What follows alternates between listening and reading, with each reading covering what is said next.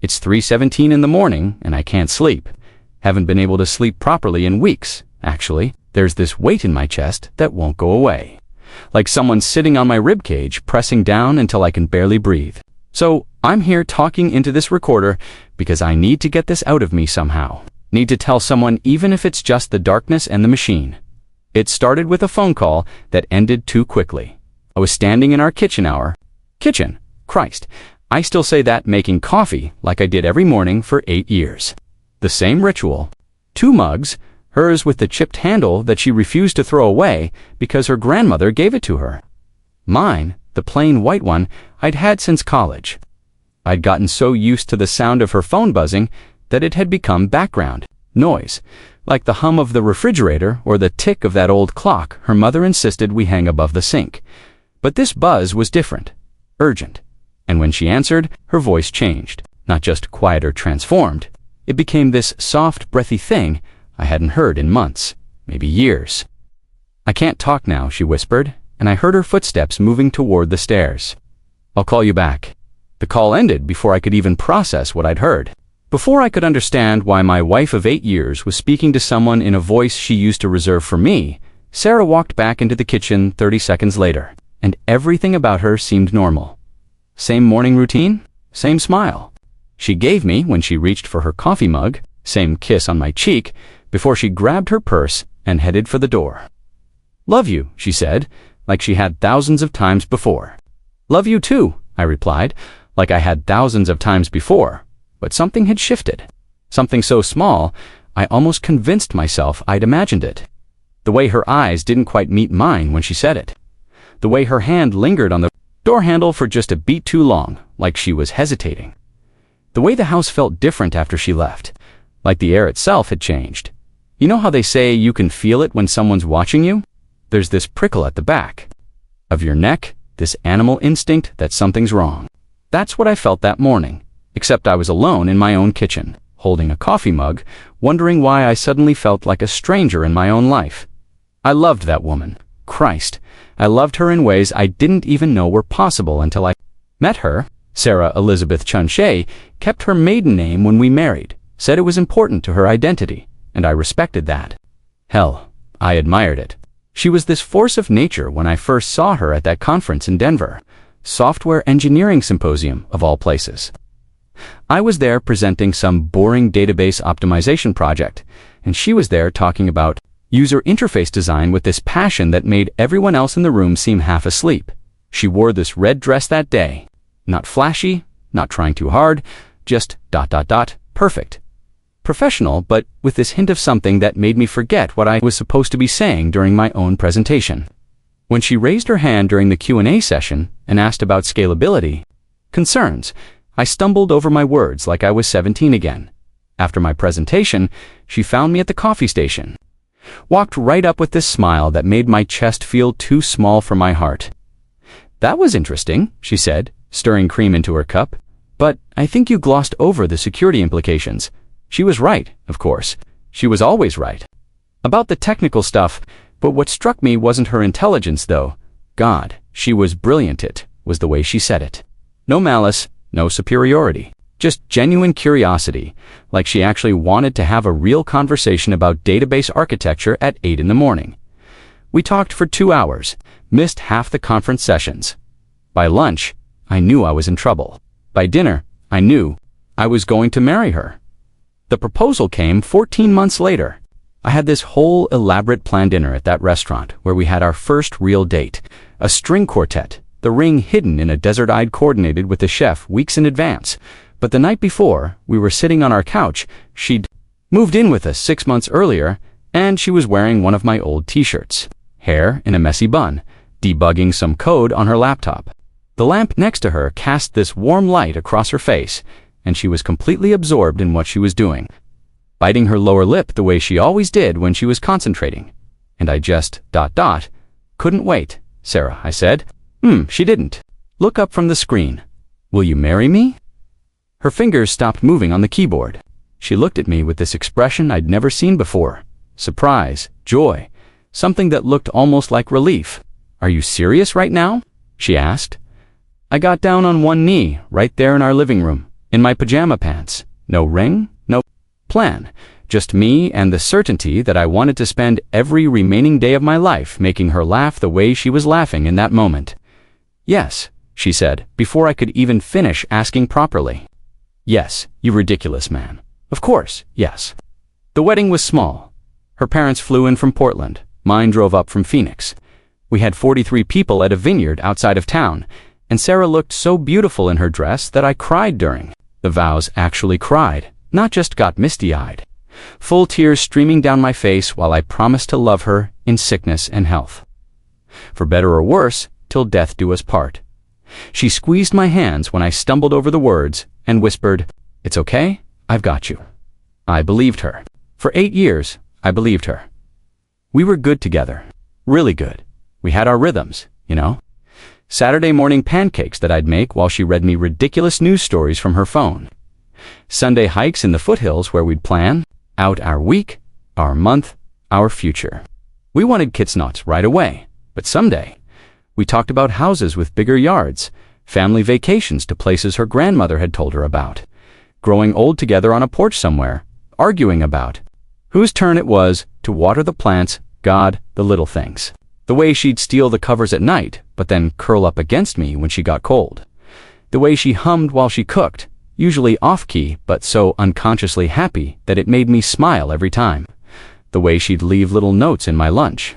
"Bagwana had important meetings, you've got this or knock 'em dead." In her careful handwriting, the way she said my name when she was falling asleep.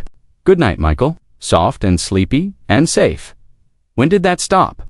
When did good night, Michael become just night and then nothing at all? The signs were so gradual I didn't notice them individually. Like watching someone age, you don't see it day by day. But then suddenly you look at old photos and wonder when everything changed. Her phone started buzzing more often. Not unusual. She worked in tech, had a demanding job, always had people reaching out about projects and deadlines. But the frequency increased, and more importantly, her reaction to it changed. She'd grab it quickly now, sometimes before the first buzz finished. She'd step out of the room to take calls, which she'd never done before. When I asked about work stress, she'd give me these vague answers about demanding clients and tight deadlines. "Everything okay?" became my most used phrase. "Everything's fine" became hers. The sex stopped gradually too.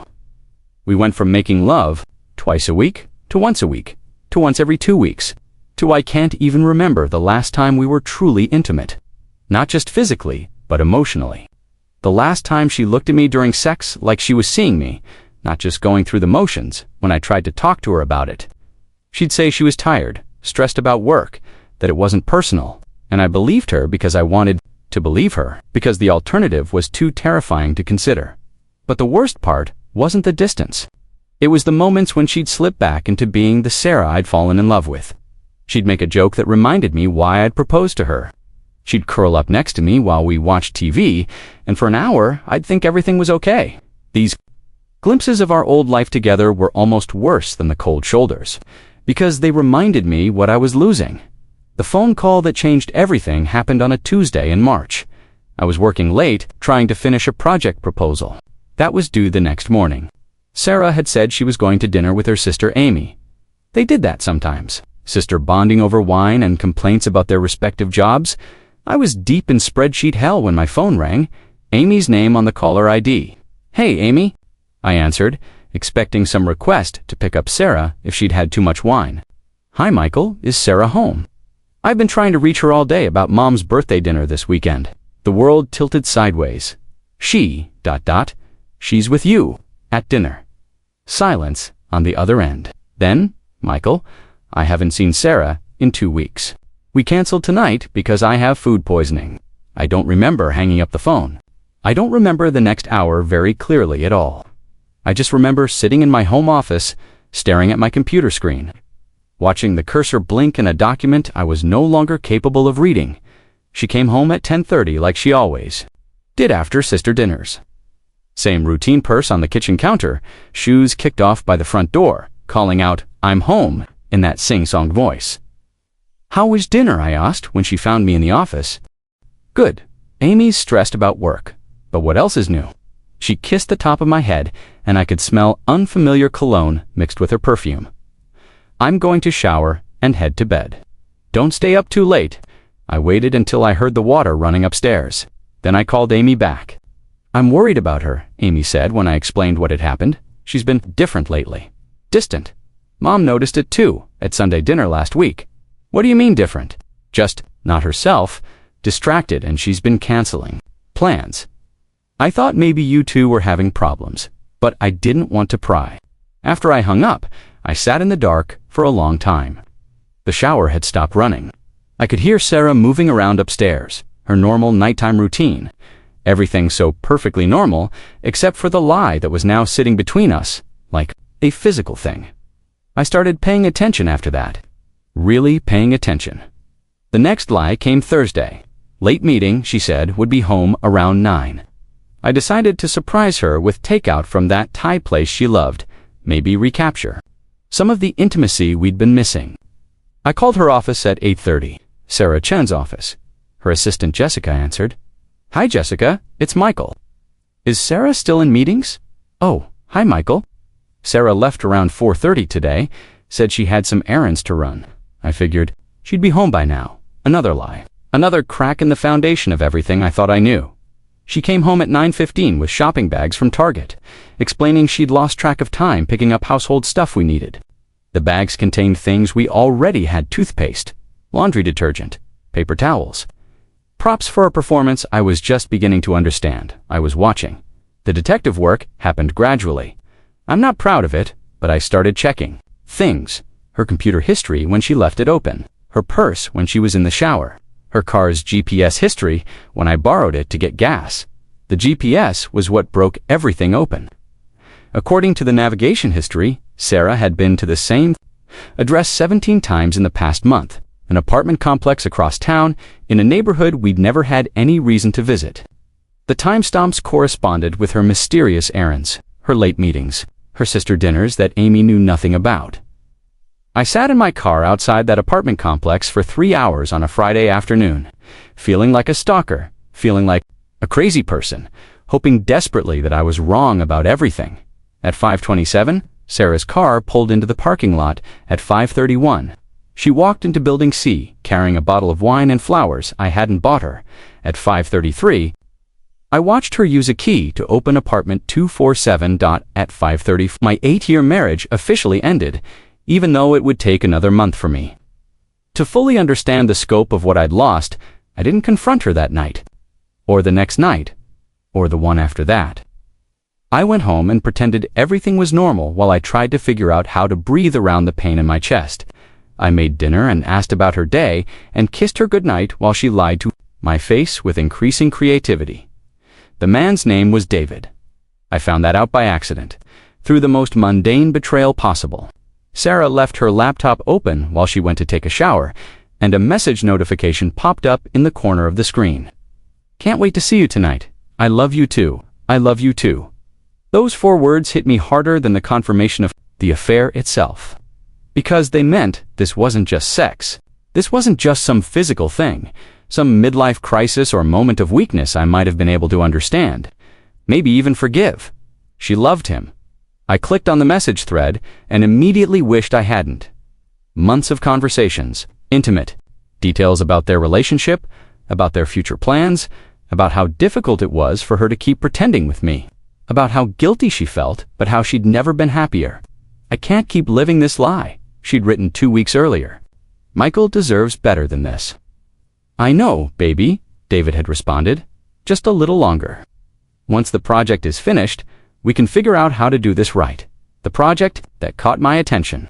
I scrolled up through weeks of messages, looking for context, and found something that made my blood run cold. They weren't just having an affair. They were stealing from my company. Sarah had access to our client database through her work hour companies, had partnered on several projects over the years, and she had legitimate reasons to access certain files. But according to these messages, she'd been copying proprietary client information and passing it to David, who worked for our biggest competitor. The messages laid it all out in excruciating detail. Client lists, project timelines, pricing strategies, confidential technical specifications.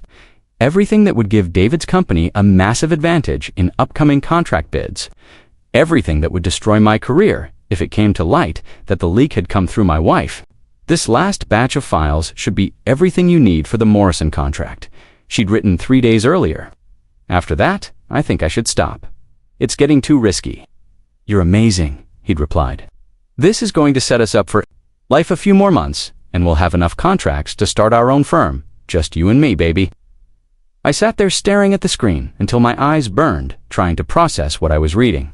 My wife wasn't just cheating on me, she was systematically destroying my career, my company, my life's work, and she was doing it for him. For their future together, the shower was still running upstairs. Sarah was humming, I could hear her through the bathroom door, that unconscious, happy humming she used to do when things were good between us. Except now, she was humming because of him. Because of what they were planning together while I went to sleep every night next to someone who was slowly, methodically dismantling everything I'd built, I copied the messages to a flash drive with shaking hands. 37 separate conversations over 4 months. Detailed plans for corporate espionage. Love letters mixed with technical specifications and stolen client data. Evidence of betrayal so comprehensive, it read like a manual for destroying someone's life. When Sarah came downstairs 20 minutes later, hair still damp, wearing one of my old college t-shirts, I was sitting on the couch pretending to watch television. What are you watching? She asked, curling up next to me like she used to do when we were happy. Nothing interesting, I said. She was warm against my side, familiar and comfortable, and completely foreign. This woman who had been my best friend, my lover, my partner, my future. This woman who was stealing my work and giving it to her boyfriend. This woman who was planning a life with someone else while lying in bed next to me every night. I love you, she said softly, and kissed my cheek.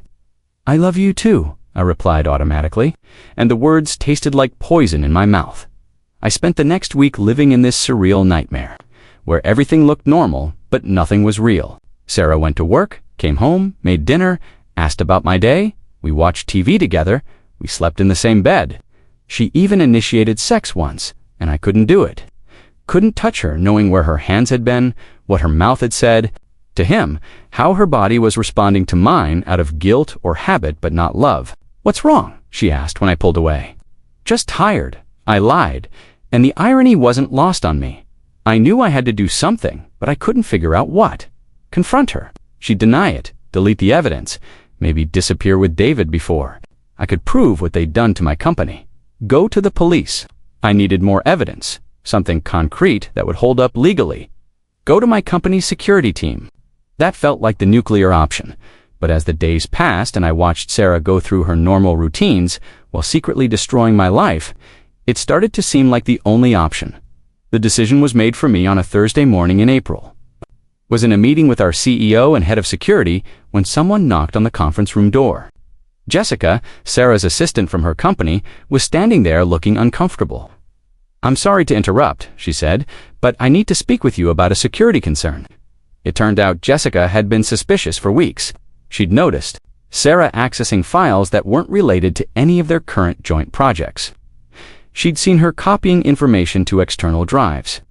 She'd overheard phone conversations about deliverables and timelines that didn't match anything on Sarah's official work calendar.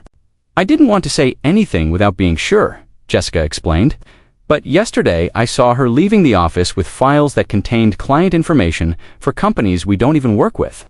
I think she might be selling information to competitors. The room went very quiet. I could feel everyone looking at me, waiting for my reaction. My wife was a corporate spy, and I was either complicit or the world's most oblivious victim. We need to investigate this immediately, our CEO said. Michael, I'm going to need you to step back from this particular matter due to the conflict of interest. I understand, I said, though understanding and accepting were very different things. We'll need to involve law enforcement if the investigation confirms corporate espionage, the head of security added. This kind of intellectual property theft is a federal crime. Federal crime. The words hit me like physical blows. My wife wasn't just cheating on me and stealing from my company. She was committing federal crimes, crimes that could send her to prison for years. I went home that afternoon and tried to act normal. Made dinner, asked Sarah about her day. pretended I didn't know that federal investigators would probably be searching her office within the next 24 hours. "Everything okay?" she asked. "You seem distracted. Just work stuff," I said, which was technically true. "Want to talk about it?" The question was so innocent, so perfectly normal, that I almost laughed. Did I want to talk about how her affair had led to her committing federal crimes that were about to destroy both our lives? Did I want to discuss how she'd been lying to me for months while systematically stealing my career? "It's nothing I can't handle," I said instead. That night, I lay awake listening to her sleep. She looked peaceful, one arm thrown over the pillow. Where my head should have been, her breathing slow and steady. In the dark, she looked like the woman I'd married. The woman I'd proposed to in our living room. The woman who'd promised to love me for better or worse. I wondered if she ever felt guilty if she lay awake some nights thinking about what she was doing to me, to us, to the life we'd built together. Or if it was easy for her now, compartmentalizing her feelings so completely that she could destroy me by day and sleep. Peacefully, next to me at night, the call came at 6:30 the next morning. Sarah was in the shower getting ready for work. When my phone rang, "They executed the search warrant an hour ago," our head of security told me. "Found everything. Copied files, communications with David Chen at Meridian Corp. Evidence of systematic intellectual property theft going back for months. The FBI is taking over the investigation. David Chen, same last name as Sarah." That explained how they'd met, how the relationship had started. Probably introduced at some family function, bonded over their shared industry knowledge, and then found they had more in common than they'd expected. "What happens now?" I asked. "Federal prosecutors will decide whether to press charges. Given the scope of the theft and the value of the stolen information, it's likely they will. We're talking about millions of dollars in potential damages." Sarah came downstairs 20 minutes later, looking beautiful and professional in a navy blue dress I'd bought her for our anniversary last year. She kissed my cheek and grabbed her coffee mug, the one with the chipped handle from her grandmother. "Have a good day," she said, like she had hundreds of times before. "You too," I replied, knowing it would be the last normal conversation we'd ever have. She was arrested at 10:47 a.m. in her office. I know the exact time because I was there. I hadn't planned to be. I'd driven to her building that morning with no real purpose, just this need to see her face when her world collapsed the way mine had. I sat in my car in the parking lot for an hour, watching people go in and out of the glass doors, wondering if I was losing my mind. Then I saw them. 3 federal agents in dark suits walking toward the entrance with the kind of purposeful stride that meant someone's life was about to end. I followed them inside, staying far enough back that no one would notice me, and took the elevator to Sarah's floor. I could hear her voice from down the hallway as they served the warrant. That same professional tone she used in meetings, trying to stay calm even as her hands shook while she signed the papers. I positioned myself where I could see through the glass walls of her office, watching my wife of 8 years realize that her secret life had finally caught up with her. She tried to delete files when she saw them coming for her computer, frantically, clicking and typing while one of the agents told her to step away from the keyboard. Her face went white when they told her she was under arrest for corporate espionage and wire fraud. "There must be some mistake," she said, and even from 30 feet away I could hear the tremor in her voice. "Ma'am, please turn around and place your hands behind your back." That's when she saw me, standing in the hallway like a ghost from her other life, watching her career and freedom disappear in real time. Our eyes met through the glass, and I saw recognition, then shame, then something that looked almost like relief cross her face. The handcuffs were silver, standard police issue, and they looked obscene against her navy blue dress, the dress I'd bought her for our anniversary. Her wrists were so small that the cuffs seemed too big, but they clicked shut with a finality that echoed through the office. "Sarah Chen, you're under arrest for violations of the Economic Espionage Act and wire fraud," the lead agent said, and Sarah's knees buckled slightly. One of the other agents steadied her, not unkindly, as he read her rights. I followed them downstairs, part of a small crowd of her coworkers who'd gathered to watch their colleagues perp walk. Sarah kept her head down, but her legs were shaking so badly she could barely walk. The agent holding her arm had to slow down to keep her from stumbling. The parking lot felt like a movie set. Federal vehicles, local news crews who'd somehow gotten wind of the arrest, curious onlookers with their phones out, recording everything. Sarah's humiliation was about to become public entertainment, and I was watching it happen with a mixture of satisfaction and nausea that made me hate myself. They put her in the back of a black sedan with tinted windows. She had to duck her head to get in, and for a moment she looked so small and helpless that I almost felt sorry for her. Almost forgot that she'd destroyed my life for a man she'd known for less than a year. But then I remembered the lies, the months of deception, the way she'd kissed me goodnight while planning to steal my career, the way she'd said, "I love you," while giving my company's secrets to her boyfriend. As the car pulled away, Sarah pressed her face to the window and looked directly at me. Her makeup was streaked with tears, her hair disheveled, her hands cuffed. Behind her back, like a common criminal, which, I realized, was exactly what she was. The woman I'd proposed to in our living room was gone. The woman who'd promised to love me for better or worse was gone. What was left was a stranger who'd worn my wife's face while destroying everything. We'd built together, terrible, didn't begin to cover it. I felt like I was watching my entire life collapse in slow motion, each new piece of information another. Weight added to the pile that was already crushing my chest. I left work early and drove home to an empty house that felt like a crime scene. Everything looked the same, but the context had changed completely. The couch where we'd watched Netflix together was now the couch where she'd planned to steal my life's work. The kitchen where we'd made breakfast together was now the kitchen where she'd lied to my face every morning for months. Her coffee mug was still in the sink from that morning. I picked it up, this chipped ceramic thing that had seemed so important to her, and I wanted to throw it against the wall. Instead, I washed it carefully and put it back in the cabinet. Because even in the middle of everything falling apart, I couldn't bring myself to destroy something that had belonged to her grandmother. The phone calls started around noon. Sarah's lawyer asking if I knew where she kept important documents. Her sister Amy, crying and confused, asking what was happening and if there was anything she could do. My lawyer explaining that I needed to prepare for the possibility that I might be called as a witness in a federal prosecution. I didn't go to her arraignment. I couldn't. The thought of sitting in a courtroom watching my wife plead not guilty to charges I knew she was absolutely guilty of was more than I could handle. Instead, I sat in our living room, in the spot where I'd proposed to her, and tried to figure out how everything had gone so completely wrong. The news coverage started. That evening, local software executive arrested for corporate espionage. Sarah's name and photo on the 6 o'clock news described as married to an employee of the victim company in a way that made me sound either complicit or pathetically oblivious. My phone rang constantly. Reporters, friends, colleagues, family, members who'd seen the news and couldn't believe what they were hearing. I stopped answering after the first dozen calls and just let it ring. The strangest call came at almost midnight, a number I didn't recognize. "Michael," the voice was uncertain, male, unfamiliar. "Who is this?" "It's David. David Chen." I think.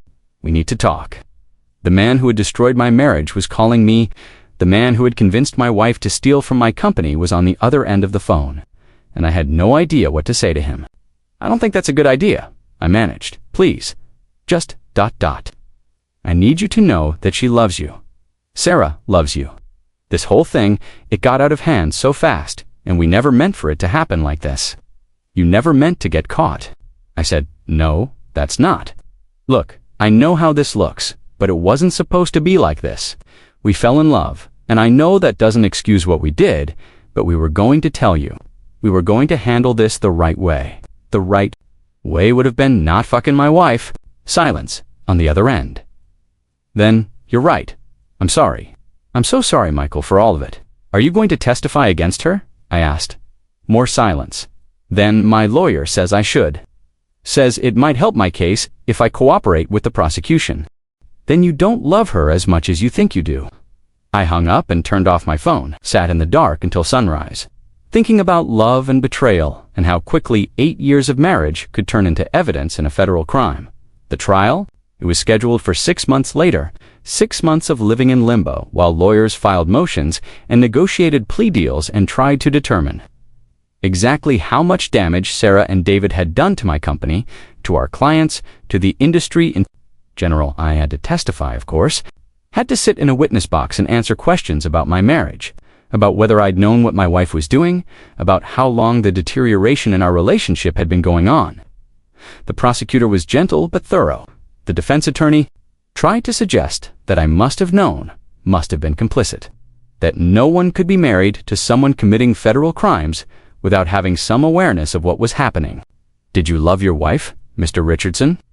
Sarah's lawyer asked during cross-examination. Yes, I answered, and she loved you. I looked at Sarah, sitting at the defense table in a conservative gray suit, looking nothing like the woman who used to hum while she cooked breakfast. She was watching me intently, her eyes red from crying. I thought she did, I said. But people can love more than one person at a time, can't they? Love is complicated, apparently so. So it's possible that your wife loved both you and Mr. Chen, and that her feelings for him led her to make some very poor decisions. Her feelings for him led her to commit federal crimes, I corrected. Whether you call that love or something else is up to you. The jury deliberated for 3 days. Sarah was convicted on 4 counts of corporate espionage and 2 counts of wire fraud. David was convicted on similar charges. Both were sentenced to 18 months in federal prison, followed by 2 years of probation. I wasn't in the courtroom when the sentence was handed down. I couldn't watch Sarah be led away in handcuffs, couldn't see her reduced to a federal prisoner. But Amy called me afterward, crying. She asked me to give you something, Amy said. A letter. She wrote it before the sentencing, just in case. I almost said no. Almost told Amy to keep whatever Sarah had written, that I didn't need her explanations or apologies or justifications. But curiosity won, and Amy brought the letter to my house that evening. It was 3 pages long, handwritten in Sarah's careful script. I've read it probably 50 times in the months since then, and I still don't know what to make of it. Michael, it began, I know you'll probably never forgive me, and I don't expect you to.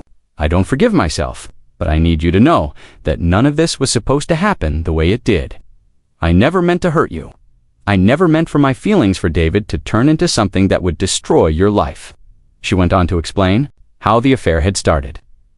A chance meeting at a conference, innocent conversations that became less innocent, an emotional connection that grew into something she couldn't control. She insisted that the corporate espionage had been David's, an idea that she'd only gone along with it because she was in love and not thinking clearly.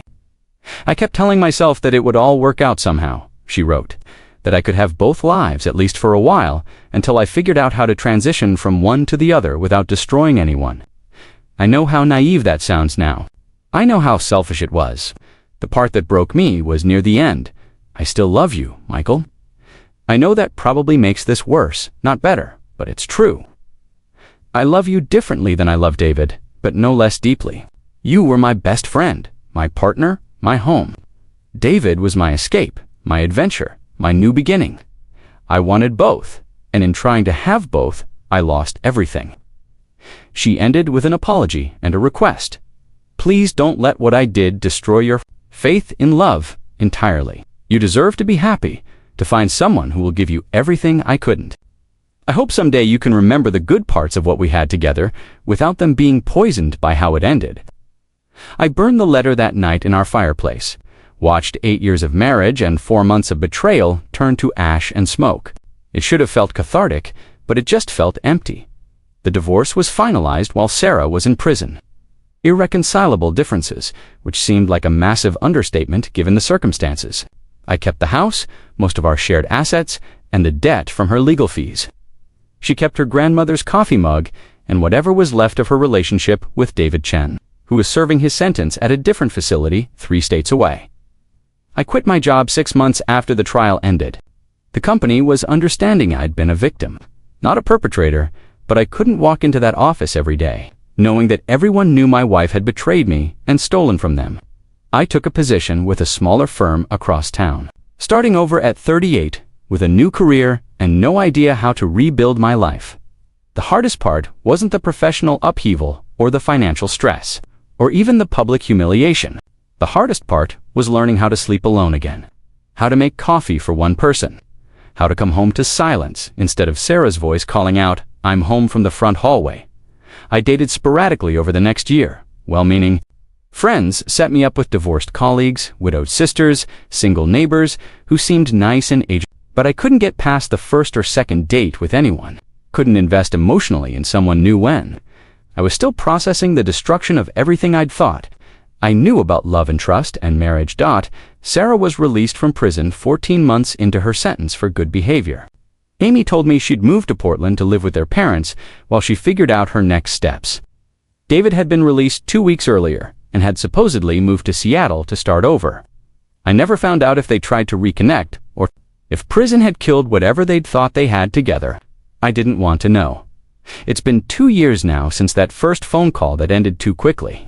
2 years since my world tilted sideways and never quite righted itself. I've learned to sleep through the night most of the time. I've learned to make coffee for one without feeling like I'm betraying someone. I've learned to come home to silence without expecting it to be filled with lies. I've learned that betrayal doesn't heal so much as it scars over. The pain becomes manageable, but it never completely goes away. There are still moments when I hear a woman laugh in a certain way, or smell a particular perfume, or see someone wearing a red dress like the one Sarah wore the day I met her, and the loss hits me all over again. Not loss of her, exactly. Loss of who I thought she was, loss of the future we'd planned together, loss of the innocent belief that love was enough to keep someone faithful, that 8 years of marriage meant something, that the person sleeping next to you every night was actually the person you thought they were. But I've also learned that you can survive having your entire life turned upside down, that you can wake up one morning thinking you know who you are and who you're married to and what your future looks like, and then have all of that destroyed before lunch and somehow still figure out how to keep breathing. I've learned that the phrase "I love you" can mean a dozen different things, and that sometimes it doesn't mean anything at all. I've learned that forgiveness isn't something you do once and then it's finished. It's something you have to choose over and over again, and some days you choose it, and some days you don't, and both are okay. I haven't forgiven Sarah completely. I'm not sure I ever will, but I don't hate her anymore, which feels like progress. I understand now that she wasn't evil, just selfish and confused and human in the most destructive way possible. I understand that people can love more than one person at a time, and that sometimes that love leads them to make choices that destroy everyone involved. I understand that marriage is more fragile than I thought, and that trust, once broken completely, can never be fully repaired. But I also understand that this doesn't mean love isn't real, or that commitment isn't valuable, or that taking the risk of opening your heart to someone is a mistake. It just means that sometimes the person you love will break your heart, steal your career, and end up in federal prison. And you'll have to figure out how to build a new life from the ruins of the old one. I'm dating someone new now. Her name is Rebecca, and she's a teacher at the elementary school down the street from my new apartment. She has kind eyes and a laugh that doesn't remind me of anyone else. She knows about Sarah, about the betrayal and the trial and the divorce. But she doesn't treat me like I'm broken or dangerous or likely to fall apart without warning. Everyone has a story. She told me on our third date. Yours is complicated, but that docent